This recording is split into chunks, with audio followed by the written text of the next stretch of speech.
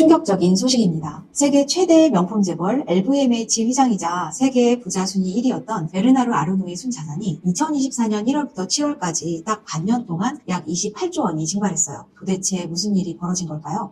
에이, 설마요. 루이비통이나 샤넬 같은 명품들이 안 팔린다는 거예요? 더 놀라운 건 그게 시작일 뿐이라는 거예요. 구찌의 모기업 캐링은 주가가 40% 폭락했고 영국의 자존심 버버리는 무려 70%나 주가가 곤두박질 쳤어요. 1년 새 시가총액 9조 원이 증발한 거죠. 심지어 버버리는 영국 증시 대표 지수인 FTSE 100에서 퇴출당하는 수모까지 겪었습니다.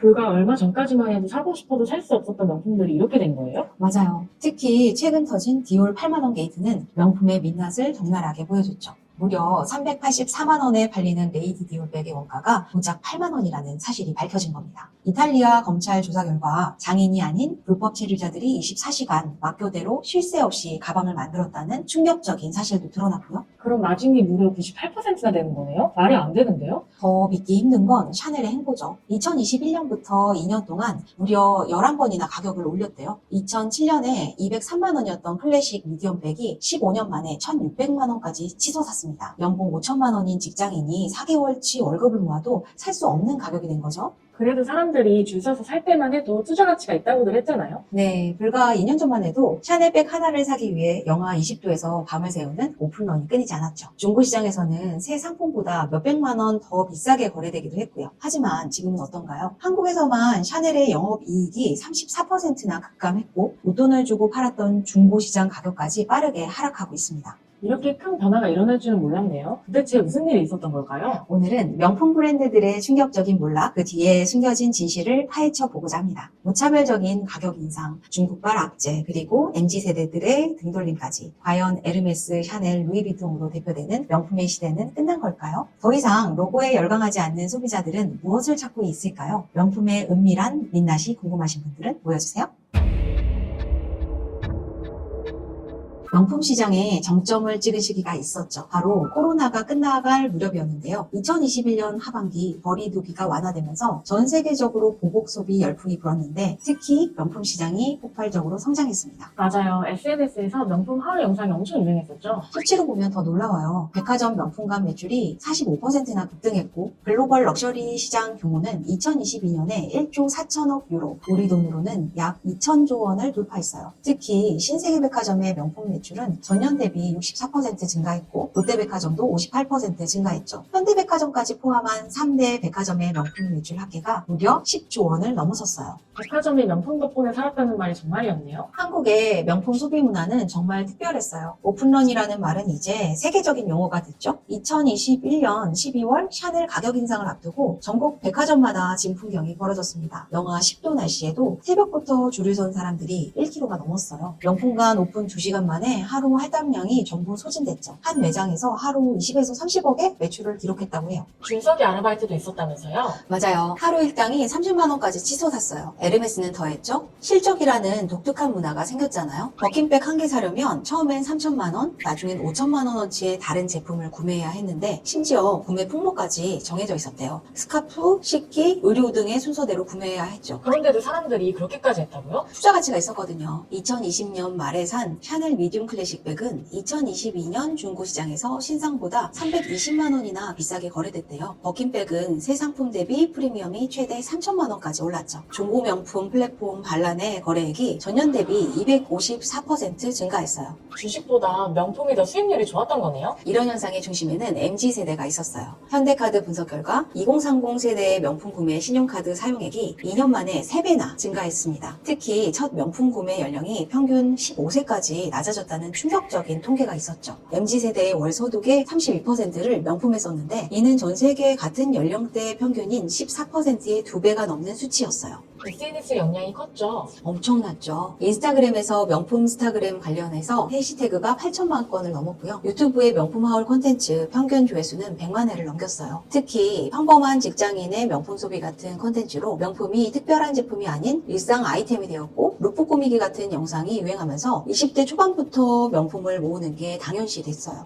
주변에서도 친구들끼리 돈을 모아서 생일 선물로 명품 지갑이나 가방 사주는 게 기본이 됐어요. 결과적으로 한국은 2022년 기준 세계 2위의 명품 소비국이 됐습니다. BMW 7 시리즈는 미국 다음으로 많이 팔렸고요. 벤츠 S클래스는 유럽 전체보다 많이 팔렸어요. 1인당 GDP가 우리의 2배인 미국보다도 명품을 더 많이 소비하는 거예요. 중국에서도 한국발 트렌드를 연구할 정도예요. 그런데 이렇게 잘 나가던 명품 시장이 왜 이렇게 무너진 걸까요? 이제 명품 브랜드들의 충격적인 실체를 하나씩 파헤쳐 보도록 할까요? 명품의 몰락은 그들의 오만에서 시작됐어요. 특히 샤넬의 가격 정책은 정말 충격적이었습니다. 2021년부터 2년 동안 무려 11번이나 가격을 올렸거든요. 한 번이요? 그것도 2년 만에요? 숫자로 보면 더 충격적이에요. 2007년에 203만 원이었던 클래식 미디움백이 2022년엔 1,600만 원까지 치솟았어요. 15년 만에 8배가 오른 거예요. 연봉 5천만 원인 직장인이 4개월 월급을 모아도 살 수 없는 가격이 돼버린 거죠. 다른 브랜드들도 비슷했나요? 에르메스는 더 교묘했어요. 버킨백 가격을 10에서 20%까지 올리면서도 인상 시기를 전혀 공지하지 않았죠. 루이비통의 알마 비비는 2년 사이에 240만 원에서 340만 원까지 40%가 올랐고요. 구찌 디오니소스는 320만 원에서 460만 원까지 치솟았어요. 유럽 브랜드들이 특히 가격을 많이 올렸네요. 유럽 럭셔리 협회의 자료를 보면 더 놀라워요. 2020년 대비 2023년 주요 명품 브랜드의 평균 가격 인상률이 47%에 달했습니다. 물가 상승률의 3배가 넘는 수준이었죠. 그런데 왜 이렇게 무차별적으로 가격을 올린 거예요? 중국 시장을 너무 맹신했던 거죠. 2019년 기준으로 전 세계 명품 매출의 35%, 무려 930억 유로, 하나로 125조 원 정도가 중국에서 나왔다고 해요. 특히 구찌의 경우 전체 매출의 35%를 중국에 의존했죠. 중국이 재채기를 하면 구찌가 감기에 걸린다라는 말이 나올 정도였어요.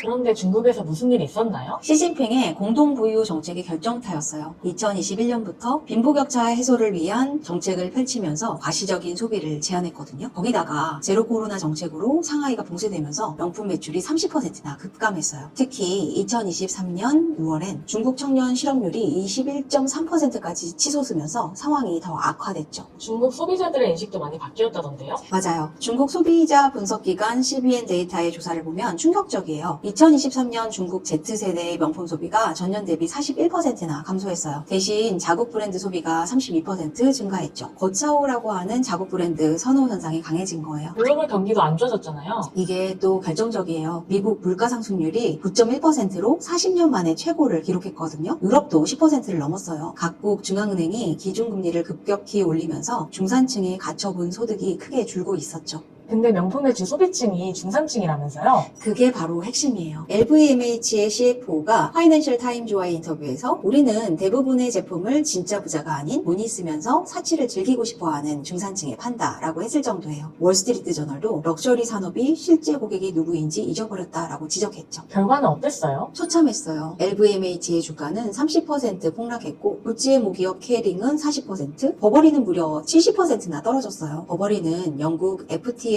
100 지수에서 퇴출당하는 수모까지 겪었죠. 시가총액으로만 9조 원이 증발된 거예요. 2024년 1분기 실적을 보면 더 심각해요. 구찌는 매출이 21% 감소했고요. 샤넬 코리아의 영업이익은 34%나 줄었죠. 이제 명품의 시대는 완전히 끝난 걸까요? 참고로 중국 상황을 자세히 들여다보면 더 충격적이에요. 2023년 베이징, 상하이 등의 일선 도시의 명품 매출이 평균 42% 감소했고 특히 상하이의 명품거리였던 낭징시루는 공실률이 35%까지 치솟았어요. 금리와 물가 상승도 큰 영향을 미쳤을 것 같아요. 세계은행 자료를 보면 2023년 주요 20개국의 중산층의 가처분 소득이 평균 12% 감소했어요. 미국의 경우 신용카드 연체율도 2019년 대비 2배로 늘었고요. 이런 상황에서 무차별적인 가격 인상은 자살행위나 다름없었죠. 명품 업계가 구조조정에 들어갔다던데요? 최근 파이낸셜 타임즈 보도를 보면 주요 명품 브랜드들이 평균 15에서 20%의 인력 감축을 진행 중이에요. 구찌는 이탈리아 공장 3곳을 폐쇄했고요. 버버리도 영국 내 생산시설 절반을 줄인다고 발표했죠. 말 그대로 생존을 위한 몸부림이 시작된 거예요. 명품 시장에 새로운 바람이 불고 있어요. 스텔스 웨스라고 들어보셨어요? 조용한 부자들의 소비 방식을 일컫는 말인데요. 최근 럭셔리 시장의 새로운 트렌드로 떠올랐죠. 스텔스 웨스요? 어떤 거예요? 예를 들어 페이스북 창업자 마크 저커버그의 티셔츠를 보면 이해하기 쉬워요. 평범해 보이는 회색 티셔츠가 실은 브루넬로 쿠치넬리 제품으로 $400짜리죠? 아, 그래서 조용한 럭셔리인 거구나. 맞아요. 이런 트렌드에 럭셔리의 수혜를 본 브랜드들도 있어요. 로로피아나는 2023년 매출이 25% 증가했고요. 브루넬로 쿠치넬리도 19% 성장했어요. 에르메스의 비주얼 머천다이징 책임자는 로고를 최소화하고 소재의 품질을 극대화하는 것이 새로운 럭셔리라고 했죠. 근데 이런 브랜드들이 더 비싸지 않아요? 네, 가격이 오히려 더 비싸요. 로로피아나의 기본 캐시미어 스웨터가 500만 원을 호가하죠. 하지만 반대급부로 중고 시장은 폭발적으로 성장하고 있어요. 2023년 글로벌 중고 명품 시장 규모가 430억 달러를 기록했는데요. 이는 2019년 대비 3배 성장한 수치예요. 우리나라도 중고 명품이 인기죠? 국내 중고 명품 플랫폼 발란의 경우 2023년 거래액이 전년 대비 124% 증가했어요. 워스트잇은 89%, 트렌비는 76% 성장했죠. 특히 2030 세대가 전체 거래의 67%를 차지했어요. 중고지만 품질은 보장되고 가격은 저렴한 게 큰 매력이었던 거죠. 중고 시장이 이렇게 커진 특별한 이유가 있나요? 맥킨지 보고서에 따르면 3가지 요인이 있어요. 첫째, MZ세대의 환경의식이 높아진 거예요. 둘째, 소유보다는 경험을 중시하는 가치관의 변화죠. 세 번째는 SNS를 통한 중고거래가 일상화된 거고요. 실제로 중고 명품을 구매하는 소비자의 82%가 환경을 생각해서 라고 대답했어요. 요즘은 듀프 제품도 계속 뜨고 있잖아요. 듀플리케이트의 줄임말인 듀프는 이제 하나의 문화가 되고 있어요. 2023년 기준 글로벌 듀프 시장의 규모가 120억 달러를 넘어섰죠. 특히 에이블리의 경우 명품 스타일을 모티브로 한 제품군의 매출이 전체의 43%를 차지할 정도래요. 무신사 같은 플랫폼도 큰 성장을 했더라고요. 무신사는 2023년 거래액이 5조 원을 돌파했어요. 특히 주목할 만한 거는 스몰템이라는 새로운 소비 트렌드예요. 비싼 명품 대신에 소소하게 스타일을 즐기는 문화죠. 실제로 한 설문조사에서 MZ세대의 73%가 브랜드보다는 가성비를 중요하다고 대답했어요.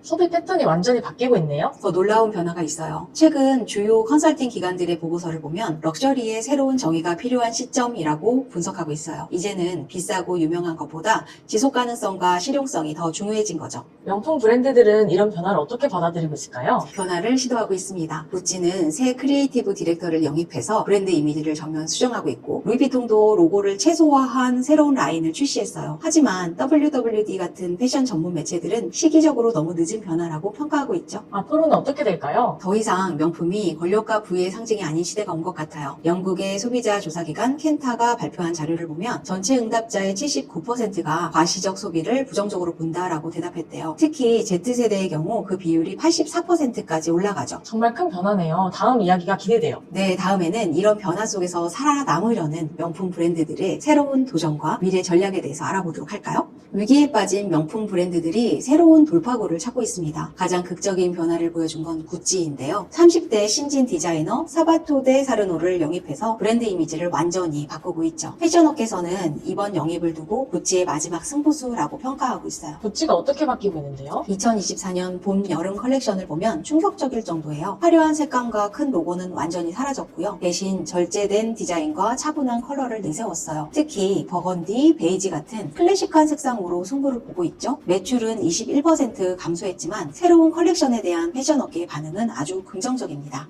버버리도 큰 변화가 있다던데요? 버버리는 70년 만에 처음으로 전면적인 가격 인하를 단행했습니다. 일부 제품은 최대 15%까지 가격을 내렸고요. 신제품도 이전보다 10에서 20% 낮은 가격에 출시하고 있어요. 주가가 70% 폭락한 후의 결단이었죠. 특히 아시아 시장을 겨냥해서 가격 경쟁력을 높이는 전략을 택했어요. 가격만 올리던 샤넬은 어떤가요? 샤넬도 변화를 시도하고 있습니다. 특히 디지털 전환에 힘을 쏟고 있죠. 한국에서 처음으로 온라인 쇼핑몰을 열었고 가상 피팅 서비스도 도입했어요. 하지만 여전히 강경한 가격 정책은 유지하고 있어요. 클래식 미디움백이 이제는 1,600만 원을 넘어섰죠. 이런 강경책이 과연 효과가 있을지 의문입니다. 타겟층도 많이 바뀌었다면서요? 네, 이제는 MZ세대의 공약을 포기하는 분위기예요. LVMH 보고서를 보면 진정한 럭셔리 소비자인 상위 1%만 집중하겠다는 전략이 나와 있어요. 연간 구매액이 10만 달러 이상인 VIC, Very Important Client를 핵심 고객으로 설정했죠. 사실상 중산층은 포기한다는 선언이나 다름없어요. 마케팅도 달라졌겠네요? 완전히 바뀌었습니다. 가시적인 광고는 찾아보기 힘들어졌고요. 대신 브랜드의 장인 정신과 전통을 강조하는 방향으로 가고 있어요. 지속 가능성과 환경 보호 같은 가치도 많이 내세우고 있죠. 구찌는 마케팅 전략을 수정하면서 브랜드의 장인 정신과 전통을 더 강조하는 방향으로 가고 있습니다. 이런 변화들이 효과가 있을까요? 업계의 평가는 그렇게 긍정적이지는 않아요. WWD나 비즈니스 오고 패션 같은 패션 전문 매체들은 너무 늦은 변화라고 평가하고 있죠. 이미 소비자들의 신뢰를 잃은 상태에서 이런 시도들이 제조들이 얼마나 효과가 있을지는 지켜봐야 할 것 같아요. 특히 중국 시장의 회복 없이는 실적 반등이 쉽지 않을 거라는 전망이 지배적입니다. 결국 시대를 잘못 읽은 게 문제였던 거네요. 맞아요. 소비자들의 변화된 가치관을 읽지 못하고 단순히 가격 올리기에만 집중했었던 게 실패의 원인이었죠. 이제는 생존을 위해 변화하고 있지만 소비자들의 마음을 다시 얻기까지는 꽤 긴 시간이 필요한 것 같습니다. 특히 MZ세대의 신뢰를 회복하는 게 가장 큰 과제가 될 것 같아요. 명품 시장이 큰 변곡점을 맞이했어요. 보스턴 컨설팅 그룹은 2024년 보고서에서 럭셔리의 새로운 정의가 필요한 시점이라고 분석했는데요. 더 이상 비싸다고 유명하다고 해서 명품이 아닌 시대가 온 거죠. 앞으로 명품 시장은 어떻게 될까요? 세 가지 방향으로 나뉠 것 같아요. 첫째, 에르메스처럼 초고가 전략을 고수하면서 진정한 부자만이 타겟하는 브랜드. 둘째, 구찌나 버버리처럼 실용성과 가치를 강조하면서 중산층을 잡으려는 브랜드. 셋째, 기존 명품 시장에서 완전히 도태되는 브랜드들이죠. 그럼 진정한 명품이란 뭘까요? 재미있는 설문조사가 있어요. 글로벌 컨설팅 회사 맥킨지가 전 세계 2만 명을 대상으로 진정한 명품의 의미를 물어봤대요. 1위가 오래 사용할 수 있는 제품력, 2위가 환경과 윤리적인 가치, 3위가 장인 정신과 전통이었어요. 브랜드 명성은 7위에 그쳤죠. 소비자들의 기준이 완전히 바뀌었네요. 네, 특히 Z세대의 변화가 극적이에요. 이들에게 명품은 더 이상 과시의 도구가 아니라 가치 소비의 대상이 됐어요. 실제로 Z세대의 79%가 브랜드보다 제품의 실제 가치가 더 중요하다고 답했습니다. 소비 문화 자체가 바뀌고 있는 거네요. 맞아요. 이제 소비자들은 왜 이걸 사야 하는가에 집중하고 있어요. 단순히 남들에게 보여주기 위한 소비는 줄어들었고 자신의 가치관과 맞는 브랜드를 선택하는 경향이 강해졌죠. 가치 소비라는 말이 이제는 진부할 정도예요. 그럼 앞으로는 어떤 브랜드가 살아남을까요? 결국 진정성이 있는 브랜드만 살아남을 거예요. 단순히 마케팅으로 포장된 명품이 아니라 실제 제품의 품질과 기업의 가치관이 소비자와 공감대를 형성해야 돼요. 이제는 로고가 아닌 가치를 소비하는 시대니까요. 정말 큰 변화네요. 맞아요. 명품의 시대는 끝난 게 아니라 가시적인 명품의 시대가 끝난 거예요. 새로운 명품의 시대가 시작되고 있는 거죠. 앞으로는 브랜드의 철학, 환경에 대한 책임, 제품의 실제 가치가 더 중요해질 겁니다. 우리도 소비할 때 이런 점들을 더 생각해 봐야겠어요. 이제 소비자들이 현명해진 거죠. 무조건 비싸고 유명한 걸 추종하던 시대는 지나갔어요. 진정한 가치를 알아보는 눈이 생긴 거죠. 결국 소비자가 이긴 셈이에요. 오늘 영상은 여기까지고요. 다음에 더 힙한 이야기로 찾아올게요. 안녕.